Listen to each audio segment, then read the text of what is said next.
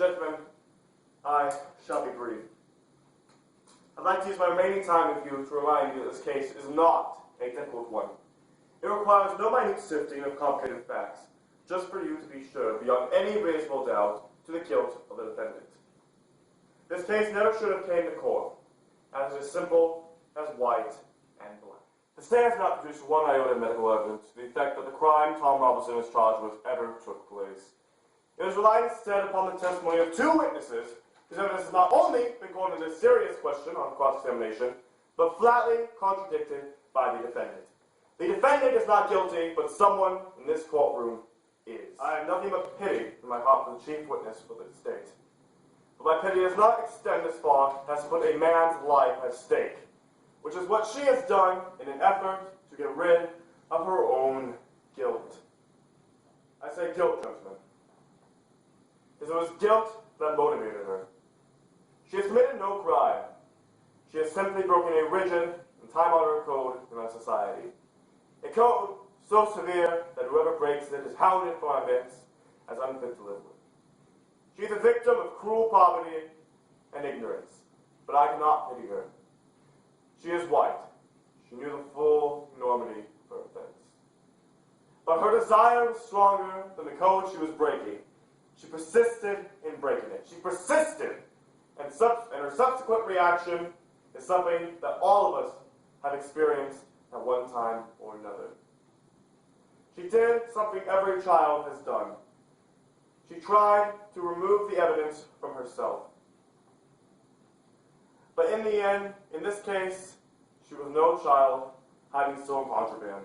She struck out at her victim instead. Of necessity, she must put him away from her.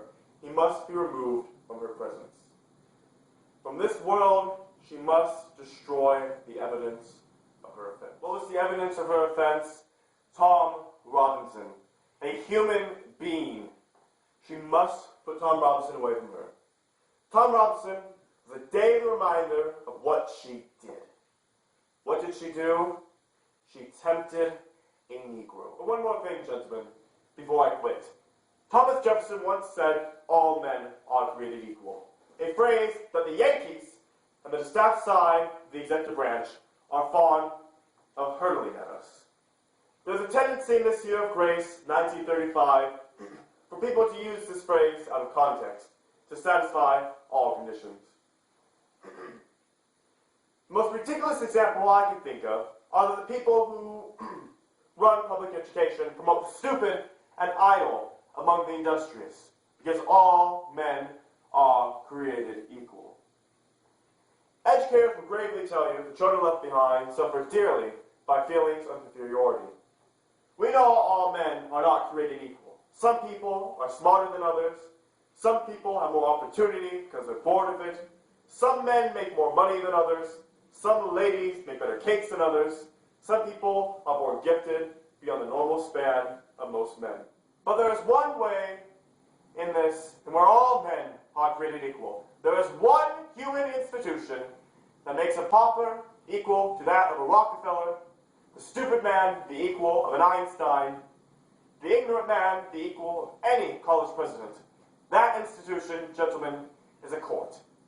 It may be the Supreme Court of the U.S., or the humblest J.P. Court in the land, or the honorable court which you serve. Our courts have their faults, as does any human institution.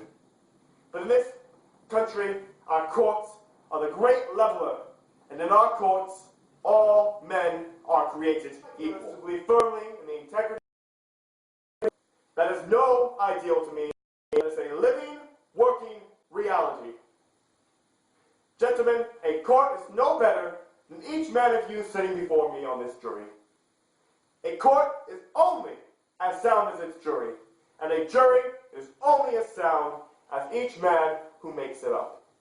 I am confident in you, gentlemen, will review without passion the evidence you have heard. Come to a decision